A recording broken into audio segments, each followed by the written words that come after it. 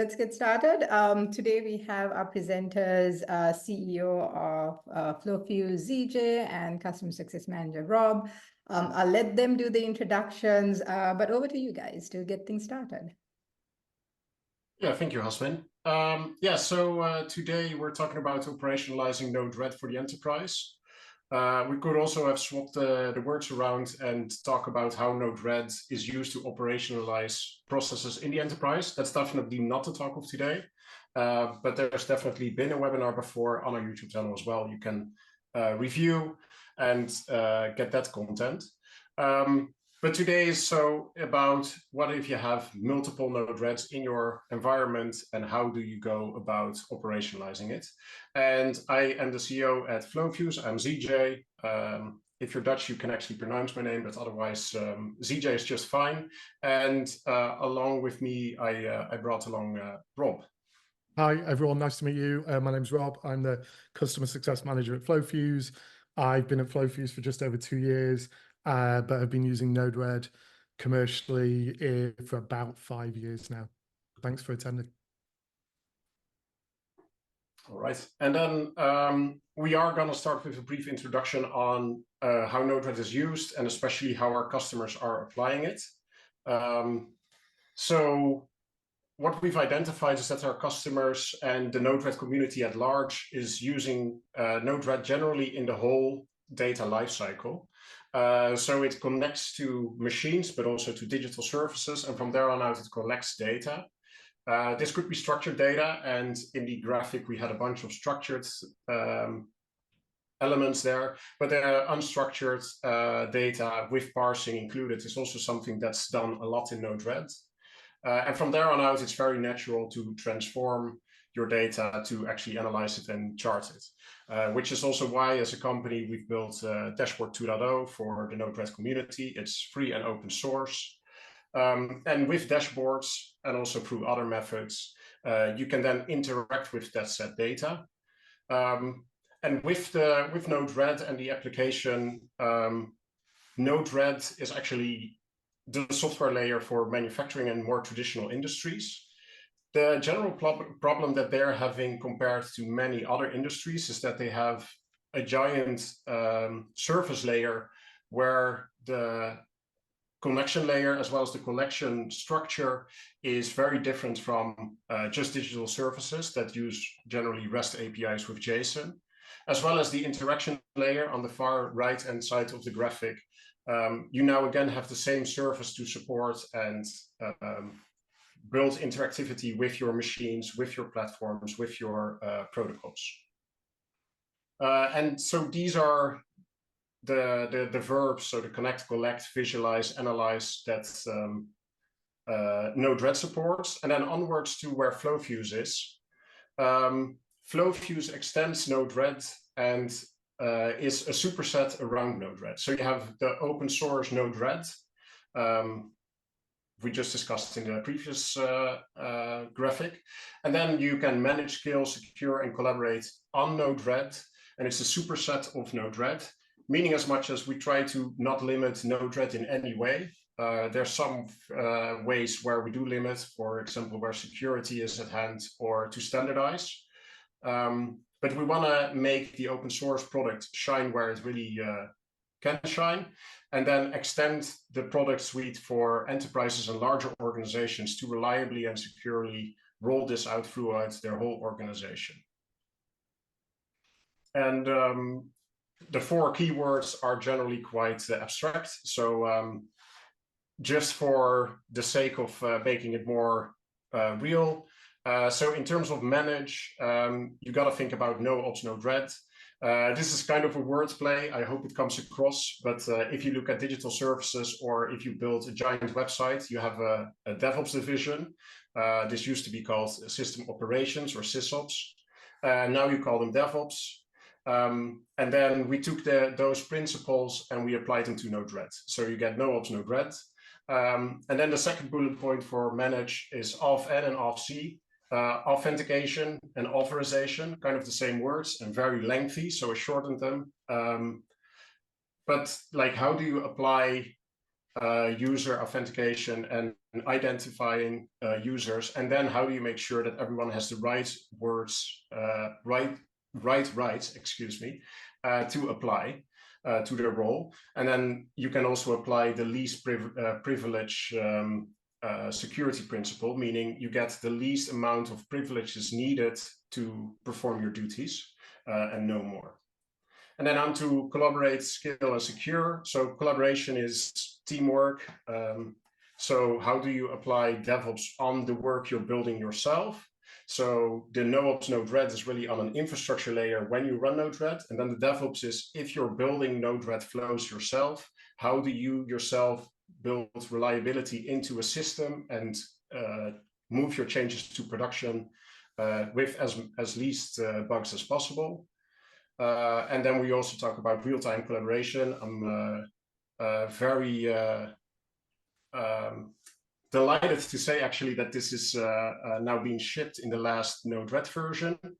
And then onto the reliability when shipping new versions. You have version control and snapshots. And then onto scale. So what if you have, let's say, hundreds, and where our largest customer has thousands of Node-RED instances? How do you get that done? So how do you make one change and roll that out to hundreds of Node-RED instances? And how do you build a platform that is reliable, is scalable, and you can depend on with your company? And then lastly, secure. I obviously want to call this security because it sounds better, and then I could also squeeze compliance in. Secure has a lot of applications within industry on an infrastructure level again. So how do you install your Node-RED? So the first bullet point, air-gapped networks, like how do you get Node-RED and FlowFuse installed in a very secure environment? For everyone who's not aware, air-gap means that there's a literal air gap between you and the rest of the internet. So there's no connection between, for example, a factory or in terms of military production. There's generally air-gapped networks involved. And a VPN tries to shield you as well from the worldwide internet. And to support these use cases, we have multiple deployment strategies. So we can self-host. You can self-host FlowFuse. You can use FlowFuse Cloud, or FlowFuse can host FlowFuse in a cloud of your choice. And then lastly, in terms of dependency management, a bill of materials and audit logging to really secure your operations. So Zeke, then the last, just before we move along, there's a couple of questions I think that might be good answering. So Mark asked, what's the typical destination for data that Node-RED collects? Is it cloud services or on-premise data lakes? Great question. And I am going to cop out here and say it depends on your maturity of Node-RED adoption. What we very generally see is that the first time people adopt Node-RED, they just start with accessing data, and it generally goes into a database, not a data lakehouse or fancy words, but just a general way of accessing data they couldn't previously access, transform it into a way that is consumable by some other service. This could be a REST API, but it also could just be a Postgres database. And then, like the data lake warehouse trend is obviously in manufacturing as well. So you could ship it to the cloud and put it into Snowflake or BigQuery, and then we obviously see a lot of unified namespaces as well. So as a data producer, so you extract the data from a machine, you send it out to the broker. And as a data producer, you don't necessarily know where your data ends up, but that's not the concern. So it's the unified namespace is a way of disconnecting the responsibilities of a data acquirer. Yeah, just to add to that, yeah. So most of the projects I've been working on recently, it seems to me that data is persisted on-premise or in a way that is perceived to be on-premise, but that might actually be in that company's own AWS space, so on Amazon Web Services or on Google Cloud. But it tends to be that I think there's a preference towards having that data within organization's own network so that they can share it more efficiently. So whoever then needs to use that data for whatever reason can access it really simply. But it often appears to be on premise. I know in some cases it is, but we also see implementations where they're using their own AWS servers to store that data. And there's a follow-up question as well, like how often does data exist at the edge and Node-RED is used to migrate that data to the cloud? I mean, very often. Yeah. It's a very common use case. So I think quite often people are looking to minimize how long data exists at the edge, because maybe there's a problem with connectivity. So they're trying to get it from the edge as soon as possible, standardize that data, get it into central locations where the whole organization can access it. So yeah, as to whether that's going to the cloud or an on-premise MQTT broker, as CJ was saying. But yeah, it's most of the data seems to originate from the edge. And I think just one request before we move along as well. Giovanni would like to know what features are open source versus licensed to Flowfuse. So I think just keep that in mind as you guys talk along. And I think we can move on and we'll just take more questions and answers throughout as well. So just a reminder to put it in the Q&A box down there. Thank you. All right. All right, so we had the 4 verbs. Now we're going to go all 4 of those. I'll talk a bit of like what it means, how we've implemented it, and I'll try to remember if something is open source and licensed versus proprietary. And then Rob later will give a short demo of each of these verbs as well. So we start off with manage, and what's interesting is when we started this company, we worked with the Node-RED community and asked them, what are the hard parts about Node-RED and how can we help you be more successful? And one of the first things that came up is that getting up and running for the first time was a good experience. The second time you were faster, but then after the third and the fourth and the fifth time, you started to wonder, can I do better? And how do I make sure that all of my instances have the same settings, have the same authentication policies? So basically they were asking for a sort of centralization and standardization framework, which is exactly what we've built with our managed value pillar. So we want to provide you with a centralized view of what's running right now, what has been running in the past, and also an administrator should be able to understand which versions of Node-RED are running. Can we upgrade them all, and how do we go about it? To really make it scalable from 3 onwards to hundreds to thousands. And if you're running Node-RED yourself right now, that means that the settings.js file is not something you'll touch any longer. There's a visual way of doing this. And for administrators, they can even make sure that certain settings are settable by end users and other settings are not.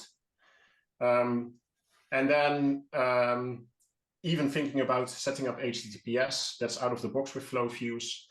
So you have a secure connection to your Node-RED instance. And it all, I would say, is up and running within 30 seconds from requiring one.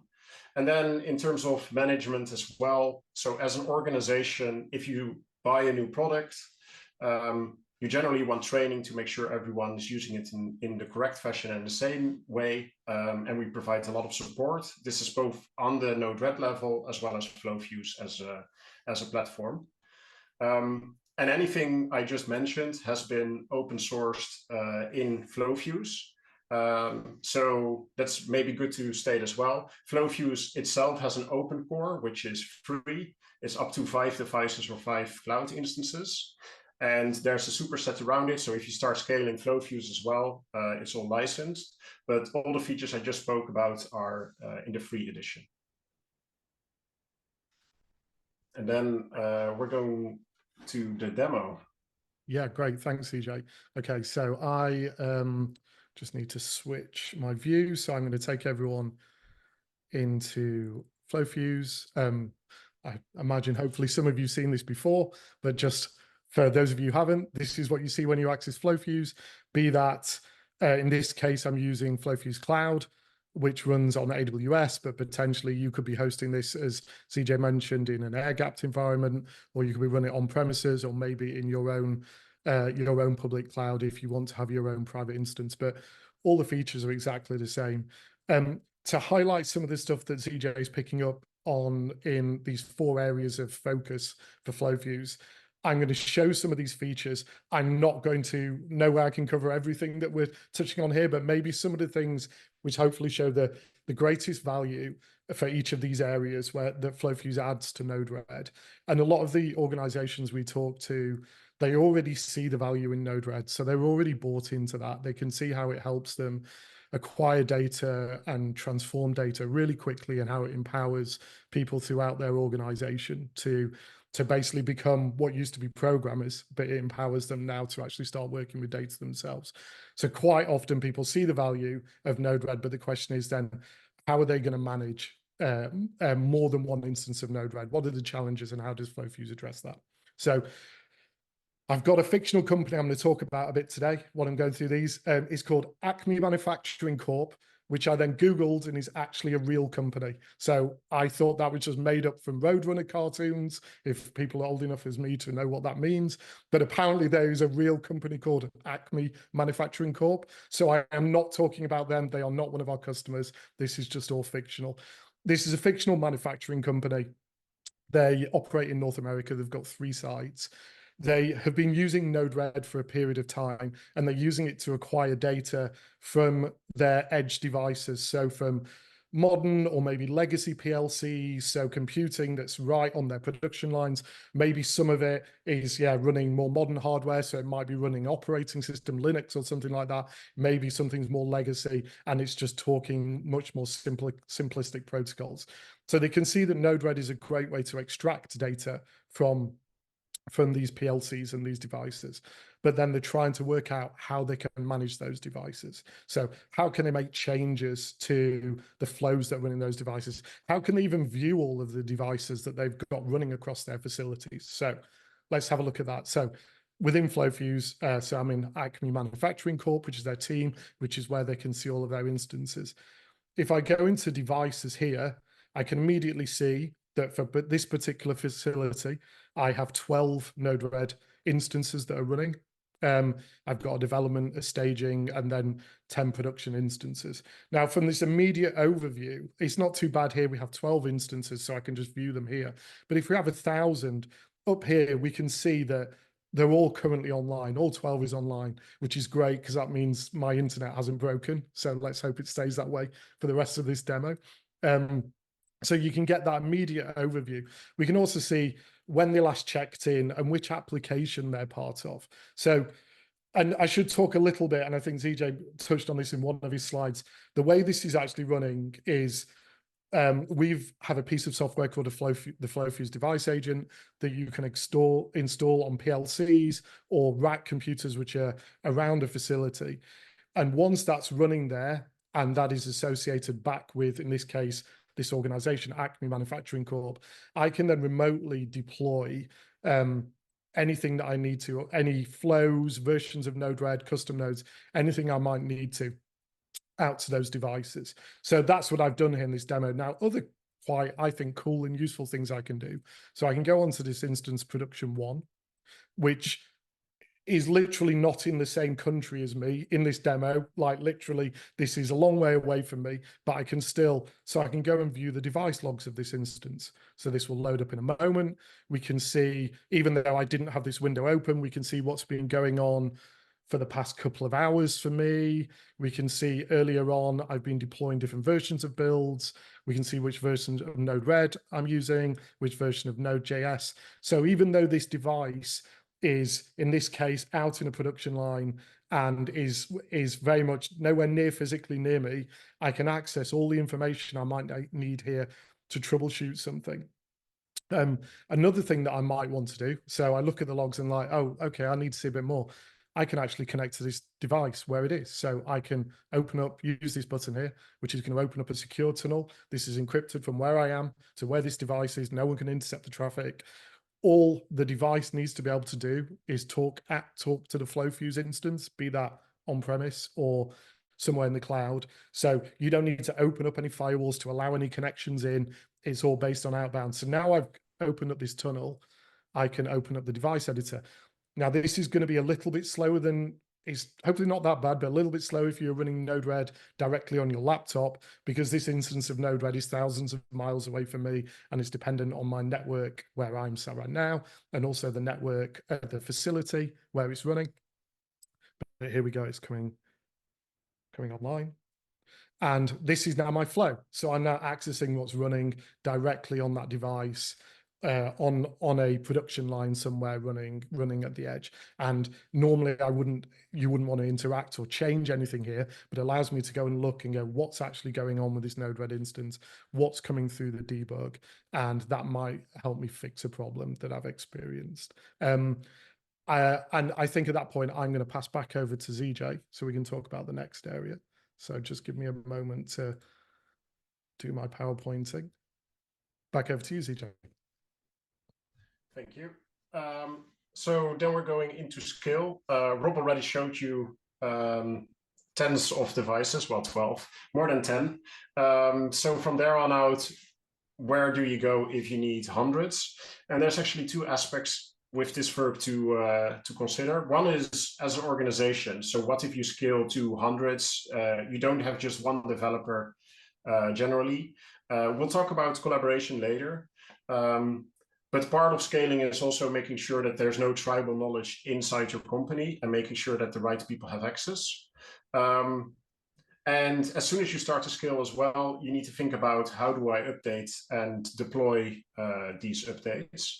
The last bullet point is version control and snapshots, which is our way of doing Git commits for everyone who has a technical background in software development. A snapshot is a point in time, basically a picture of the state. This includes your flow.json, so everything you drag together in the Node-RED editor, but also your environment variables. And beyond the environment variables, soon we'll also include some static assets like logos. So every time you deploy, you have the same state to deploy. And as soon as you have the same state, you can also roll back and roll forward. The remote access capabilities Rob already just discussed. Another thing, which is not a bullet point, but definitely worth mentioning, it's high availability. Imagine you have one Node-RED that's running, and after a while it becomes so popular, it has multiple, for example, the whole business at 9 a.m. wants to see your dashboard. You might find that this Node-RED instance becomes overloaded, and you want it to be always available to handle more throughput. Or there is a requirement on the compliance side to always be available. You want to be highly available, which is an engineering way of saying make sure that there's at the very least 2 or 3 Node-RED instances running doing the same thing. To make this work, it's quite a puzzle actually, because you can't have an editor open on one of these 3, because if you change one, then it becomes non-deterministic for the client that requests your database, your dashboard. So FlowFuse allows you to disable the editor for all high available instances. And then secondly, if you have 3 instances, how do you make sure that they all have about the same amount of traffic and they always stay up? So to go into technical details, you need a load balancer in front, which does round-robin routing, which means as much as every time a request comes in, it just picks one of the 3 randomly. And then if you scale to thousands of requests, then everyone will have a third of those requests, give or take. And so now you have the editor closed down, and there's a way to route the traffic. Then we also supply a way to deploy new changes to those highly available instances, so they are always available for your end users to use this dashboard or these API endpoints. Okay. Then we're going to move into the demo for the scale. Sure, let's do that. Okay, switching over and back into FlowViews.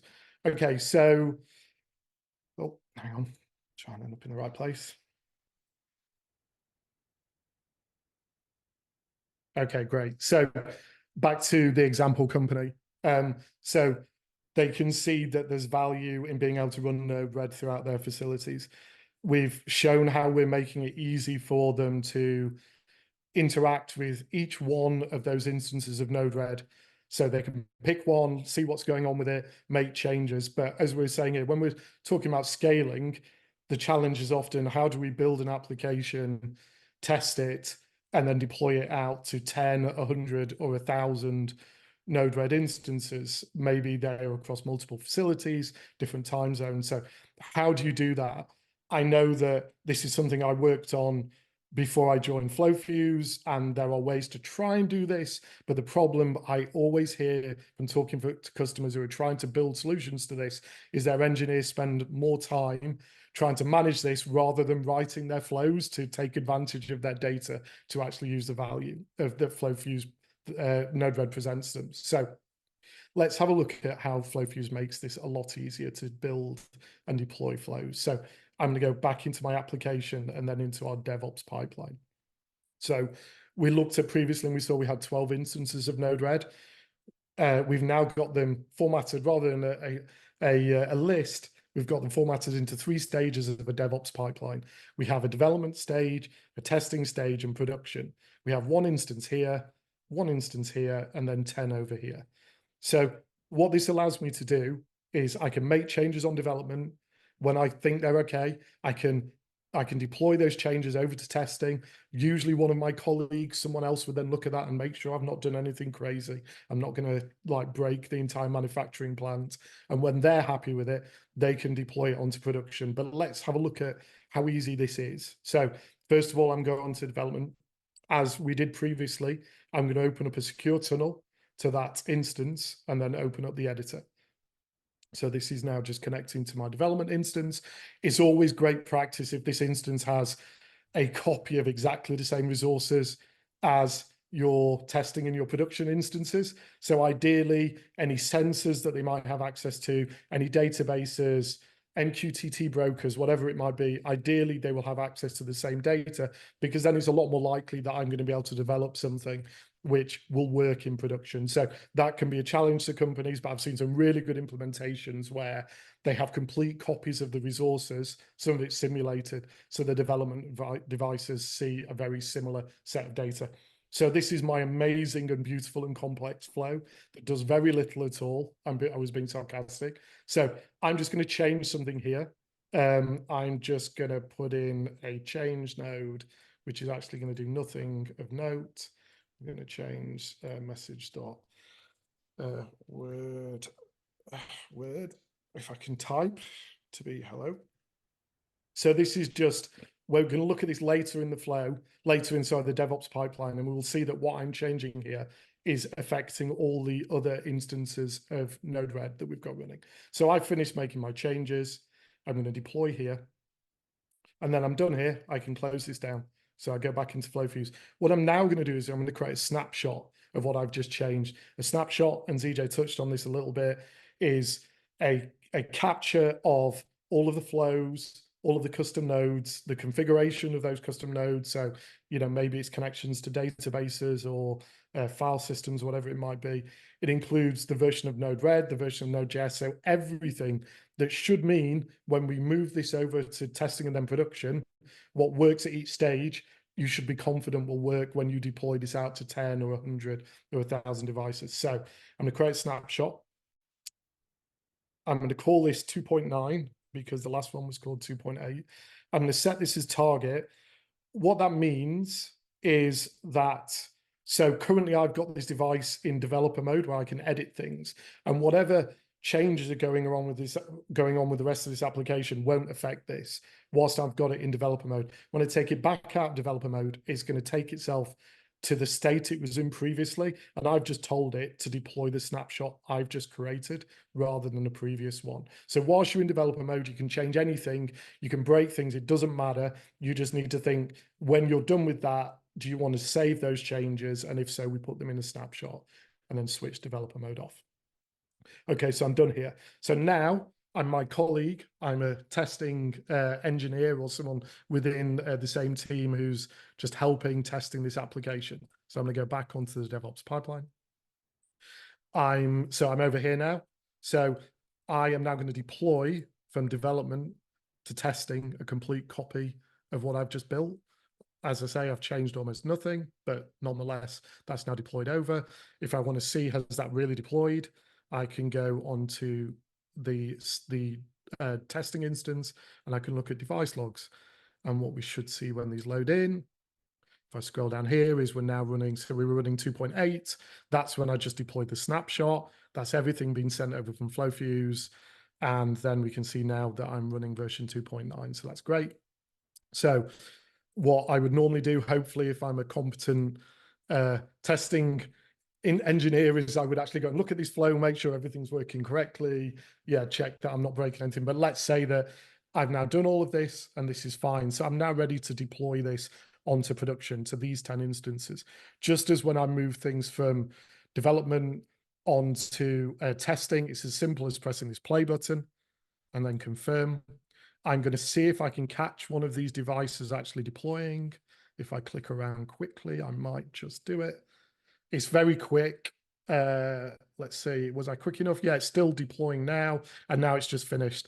So in the time that I clicked through, it's taken everything that I just tested and previously had developed, and it's deployed it onto this device and all the others. So Now, Rob, let's I have a say, question. go on, Jose please. wants to know, are snapshots versioned, and can a developer revert to a previous snapshot? That's a perfectly timed question. That's great. Oh. So, so let's say, oh, I've just realized that actually, because I didn't do my testing and version 2.9 has just taken part of this manufacturing facility offline, or certainly the data for it, I realize now that I need to revert. So let's do that. So I'm going to go back into the DevOps pipeline. I'm going to go to my testing stage, and then I'm going to go into snapshots. I'm going to view snapshots for any of my other instances. And here we can see the snapshots that have been created whilst I've been talking earlier on when I was preparing. So we can see 2.9 that I created, but also every time I press the deploy button in Node-RED, it's taken a snapshot. But I know that what I actually want to do is revert to version 2.8. So the version that was running 10 minutes ago. So I can deploy this snapshot into staging. If I go to device logs or into testing, what we should see is 2.8 will deploy. Let's check that's happened. Yeah. So I've now reverted the testing stage back to version 2.8. And the final step will be to go back in the DevOps pipeline and promote that build back into production. So we're now taking, and yes, it's only 10 instances, although I still think if I was doing it manually, I couldn't do it anywhere nearly that quickly. But if it was 100 instances or 1,000, or maybe because you can have multiple of these pipelines, so I may have deployed to 100 here, 100 here, maybe some slightly different hardware with a slightly different task. There is no way I could do it anywhere near this quickly. And let's just check. I have actually done what I've said. Sorry, let's check if I go on devices. So I'm going to go on to production 8 and device logs. And what I hopefully will see is that we've gone back to 2.8. So yeah, that was a perfectly timed question, Hasmi. So, okay, I think at that point, I'm going to hand back over to ZJ for the next section. Yeah. I'm going to start with answering a question from Jose. I fat fingered the the button that it was answered, which it wasn't. You asked why do you have to click connect to the device? No, actually the question was why enable developer tools if the connect to device button is always available? This is an explicit action because Rob just talked about deploying to tens or hundreds of devices. And if you want to debug on one of them and your colleague is rolling out a snapshot, if we don't put something in developer mode, that means that it is in production mode, and so it will be overwritten. So you might be debugging, adding debug nodes, and trying to figure out where you're seeing unexpected behavior, and then a deploy comes in and it overrides everything you're doing, and you're back to square one.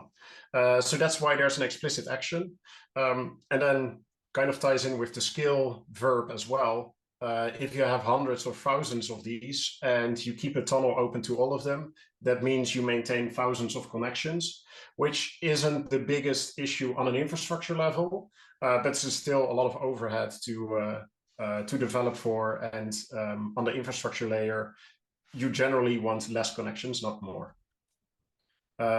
So yeah, sorry for marking it answered before I actually answered it, but I hope we're in a good state now where it is actually answered. And then on to security. If we didn't have to pick verbs, I would have called it security and compliance. But marketing got me stuck in the corner, and now it's just secure. But yeah, they basically go hand in hand, and there's a lot of overlap with secure, with manage and collaboration and skill as well, because security obviously needs to go throughout the stack and throughout the development, from the beginnings when you install FlowViews all the way to the end, to ensure that from the ground up it's all check and all okay. This is necessary, especially for compliance-heavy industries. Think about life sciences or military.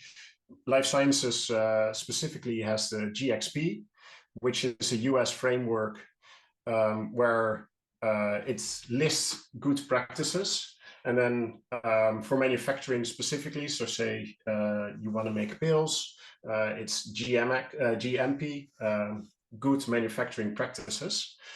Which is a document about 100 pages long, and it states how you need to secure and govern your operations. With something like the snapshot we just seen, there's an ID there, which is a hash of the snapshot, which means that if you change any bit of the data, the hash and the ID is going to change, and so everyone knows around you that the code that's running has changed as well. So that's part of it. So we ID the software. On the roadmap, we're looking into ways to actually certify a certain snapshot and certain flows from top down in the organization to make sure that compliance is okay with the software that's running in your site. And then to go on to like the whole compliance, basically audit logging is the way to go. Understand who changed what when, and having the ability to roll back, as Rob just showed. So there's audit logging on almost all levels. So as an administrator, like what has happened on the configuration of the platform itself. Then on a team level, give me all the changes that were made on a team level. And then even on an application level, much more granular information has been provided on who changed what when, what settings were updated. Even if you upgrade the Node-RED version, all those things are captured in the audit log. And then lastly, the identity and access management. If you start with a Node-RED open source, you do an npm install Node-RED, you'll notice that you browse to localhost and then port 1880. No need to sign in, no HTTPS setup. And especially the sign in without HTTPS, even if you set up the authentication without the HTTPS, you have man-in-the-middle attacks and all other vectors are still opened. So these are the things that we've implemented very early in the FlowViews product. These are also, by the way, open source. And then on top of that, you can now have backends for identity as well as for authorization. And the licensed features in FlowViews are SSO, single sign-on. So that's the one-click button to sign in, or in FlowViews case, depending on your email address, you are signed in through Azure, Google, or another Okta, Keycloak, those identity providers. And then for somewhat old-fashioned companies, LDAP is still supported as well. LDAP is technology from the 1990s, if I'm not mistaken. A bit of a hassle to work with as an engineer, but nonetheless still in use. So that's something we've supported as well. Okay, and then back to you, Rob. Thanks, EJ. Yeah, and any of our customers who use LDAP, we think you're fantastic, and we really value it. Yeah, sorry. We don't mind that at all. Yeah, I mean, there's SSO is fantastic just for certainly for our larger customers, just being able to have confidence that as people move teams, move facilities, or maybe leave organizations, that immediately they're granted access to what they need. So it's a really good feature. Okay, so back to my fictional example company. So, and to touch on some of these security aspects. So I think probably most of us probably started off running Node-RED completely without any username and password. So the first time you install it, if you don't change any configuration, anyone on that network can access that device. And when you're first starting, that's fantastic, because otherwise you may have spent the first hour just trying to work out how to log in rather than starting to write your flows. So, but that's not at all appropriate in a commercial setting. So what an organization may commonly do is, okay, so we need to put a username and password around these instances of Node-RED. So definitely you're not going to use the same username and password for every instance of Node-RED, because then if someone has access to one of them, they have access to all of them. So you need to put a different set of credentials onto each one. Then you need to remember all of that. So maybe you use a password manager, but then everyone within your organization who's ever had access to that data potentially has access to all those usernames and passwords. So therefore, if somebody changes teams or leaves the organization, ideally, if you're trying to be really secure, you're going to change all of that. And the reality is, I think a lot of organizations may endeavor to do those things, but in practice, maybe they'll do it 3 months later, maybe they'll forget. So this is something that really potentially can limit the usefulness of Node-RED if you're working in the sort of industries, or I would say any industry at all, where you need to be confident that it's secure. So when you're using FlowFuse to manage your instances of Node-RED, you don't have usernames and passwords to access instances of Node-RED. You have user accounts on FlowFuse that then grant you permissions to certain instances of Node-RED. They can be within a particular team. So for instance, here we've got my team, Acme Manufacturing Corp. Then we have users in here, and we can say which users should or shouldn't be able to do some things within this team. So let's have a look at those users. Let's have a look at who we've got. These are all colleagues, and we can see I am an owner of this team, as is ZJ. What that means is we can do anything within this team. So we can create instances of Node-RED, add them into applications, change flows, deploy things through the DevOps pipeline, all the stuff that we've been demoing and talking about we can do. But then we might also have members. And what that means is that's somebody who can interact with Node-RED. So they can go onto an instance that I've created. They can edit things. They can deploy those. But what they can't do is create another 10 instances of Node-RED, spin up new instances. They would have to look to an owner to do that. The next we have, so our colleague Steve is a viewer. And that means someone who can go on, view all of your instances of Node-RED, look at the logs, look at what's in the flows, but they can't actually change anything. So it could be, so back to my example of the DevOps pipeline, that potentially your testers only need to be viewers, because they need to be able to view what's going on with this instance of Node-RED, what version it's running, view the flows, but what they don't need to be able to do is deploy any changes to them. The final is our colleague Nick, which is actually, someone who's very well known in the Node-RED community. I've demoted him down to dashboard only just for the sake of this demo. So I apologize, Nick. I will return your access after this. So in this case, Nick can only access dashboards or APIs which have been created within Node-RED. So if you've built a dashboard which is showing, I don't know, let's say HMI, human machine interface in a production facility, and it's showing certain information about production per hour or what's going on with particular production lines. You can have this type of role where somebody can only view those dashboards. They can't view anything else. So what this gives you is, if we think back to where we started, I was describing a company that has all their Node-RED instances with different usernames and passwords and managing all of that. Now, all you need to do is work out which users should be on here and which applications they should have access to and to what extent. So it makes it scale so much more easily. There is a way through SSO to leverage this so you can automatically drop people into different roles as well. So yeah, you can really automate this. The other thing I wanted to talk about a little bit was audit logging, which CJ mentioned. So let's have a look at the audit log for this team. So this is the audit log. This covers everything that's going on with any applications, any instances. What we can see is I've been doing a lot today. So this is everything whilst I've been demoing for the past hour, enabling, disabling remote access, doing deployments.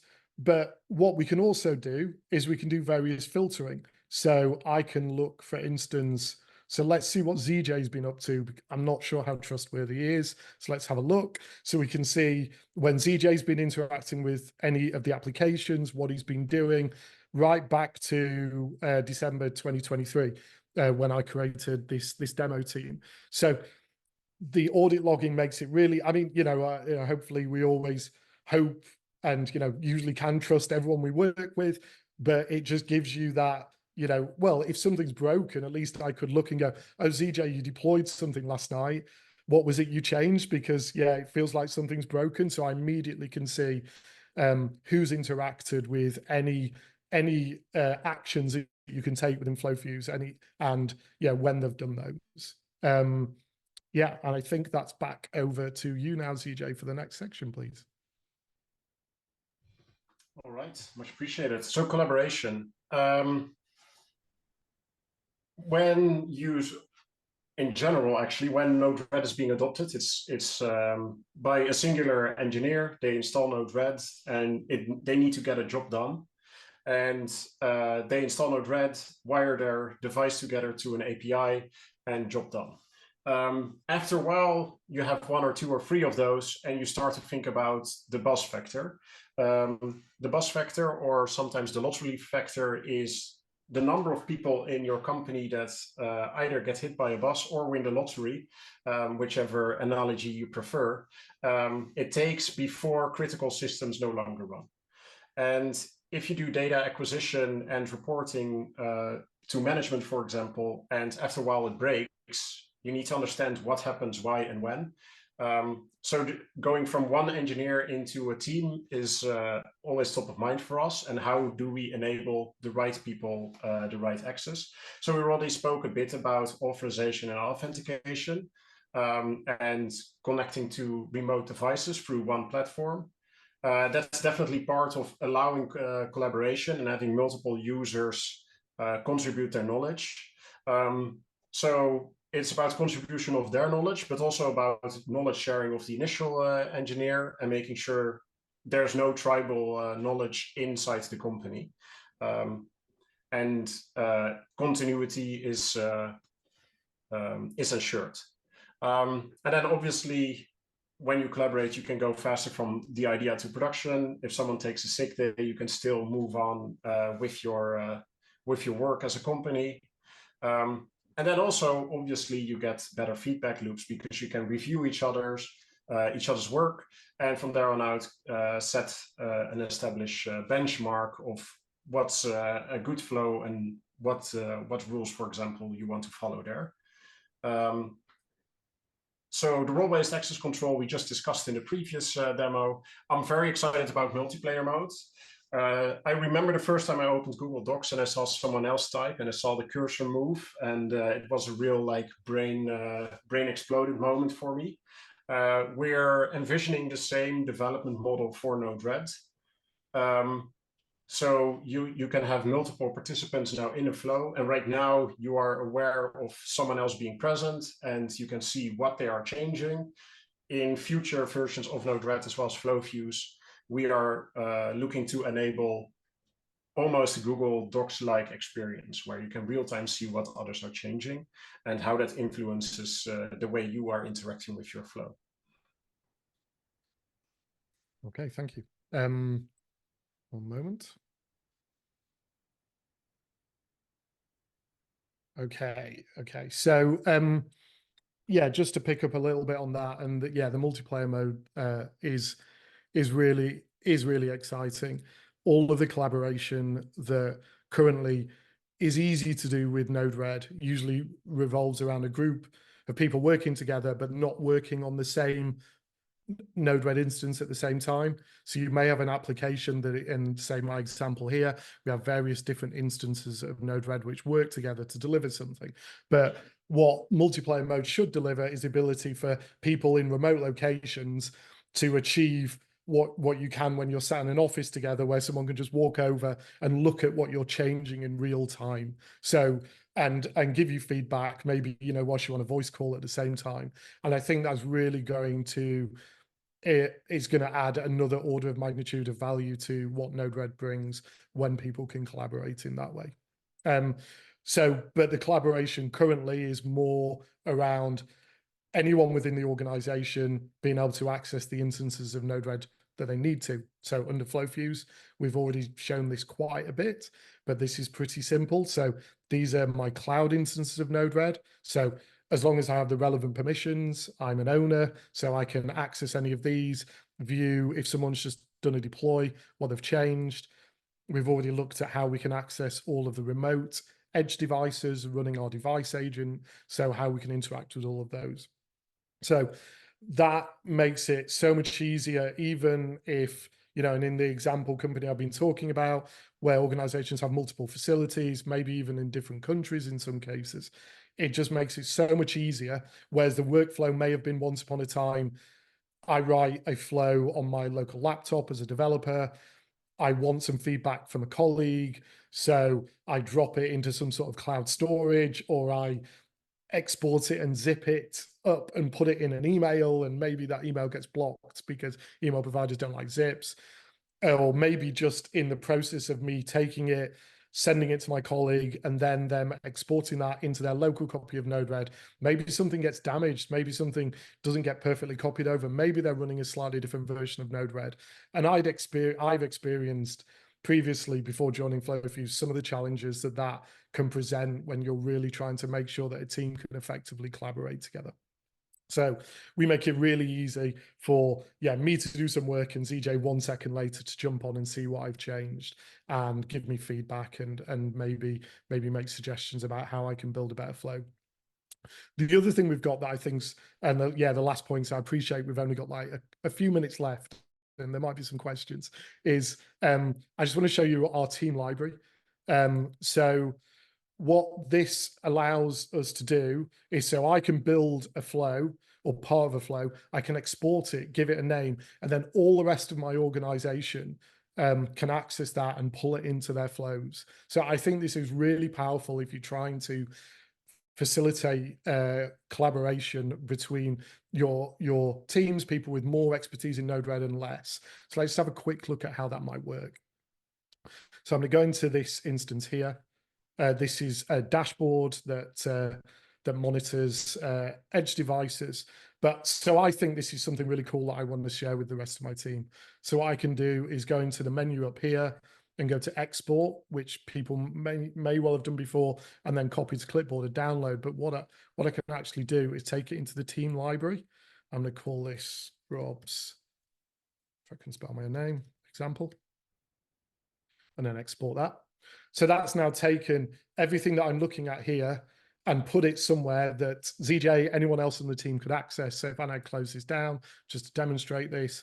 So I'm now someone else within the organization. This is my instance that I'm going to open up with the editor on. And what I can do is, in a very similar way to how I exported it, I can import, I can go to the team library, and I can view here all of the other useful flows that my team has shared. So there's Rob's example. Apparently this is genius and I should import it. So I'm going to do that. And this is just saying I need to install some custom nodes because this demo uses SQLite and Moment and various other things, dashboard, FlowFuse dashboard. But we can see here that I've just imported all of that flow.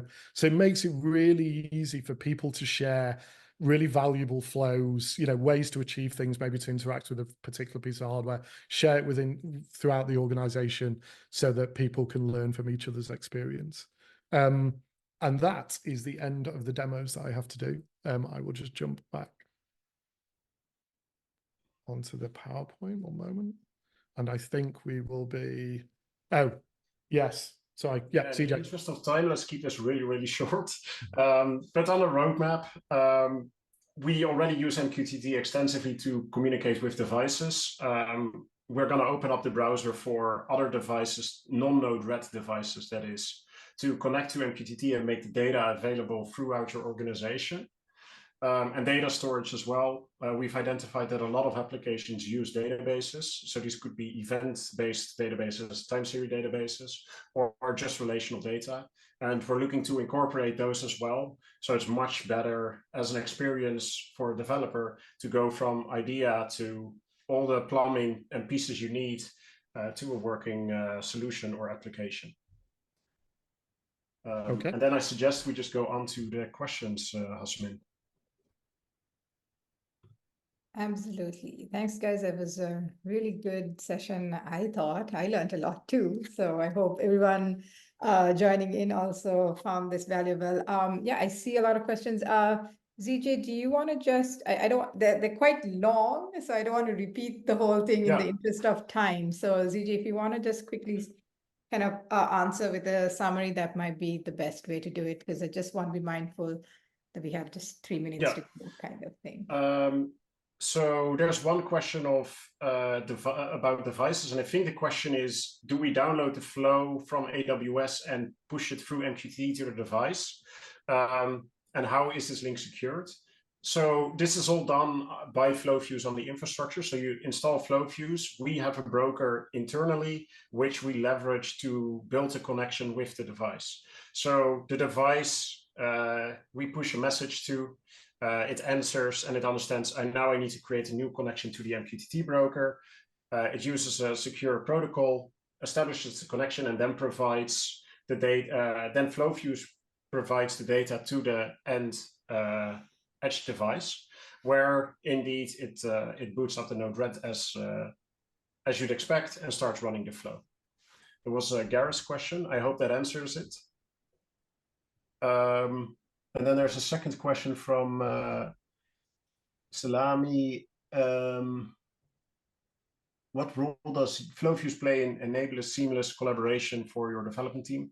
I feel like the question is a bit older and we went to collaborate later. If that's not the case, please, please come back to us.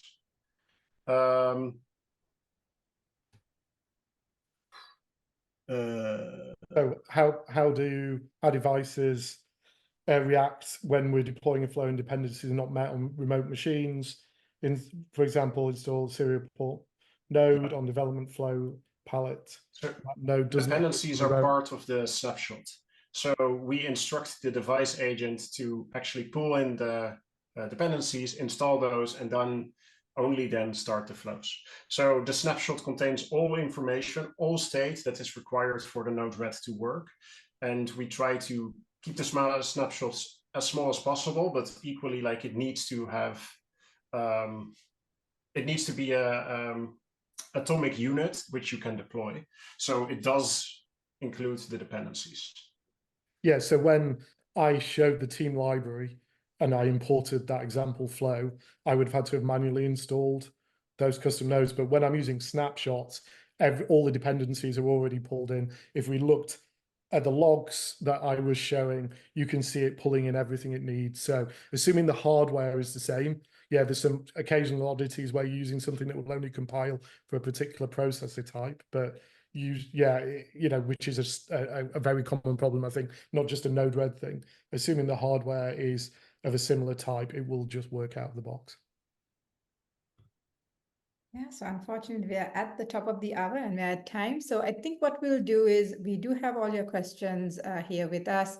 We will follow up with an email with some of the answers, and we'll have a link to book a meeting time with us as well, if you'd like them answered, like, live face-to-face as well. So I'd like to take this time to thank everybody who joined us today. We will have a quick survey at the end of this when we close this webinar as well. It would be great if you could give us your feedback on that. Thank you, ZJ and Rob, for joining us today as well. So thanks, everybody. My pleasure. Thanks, everyone.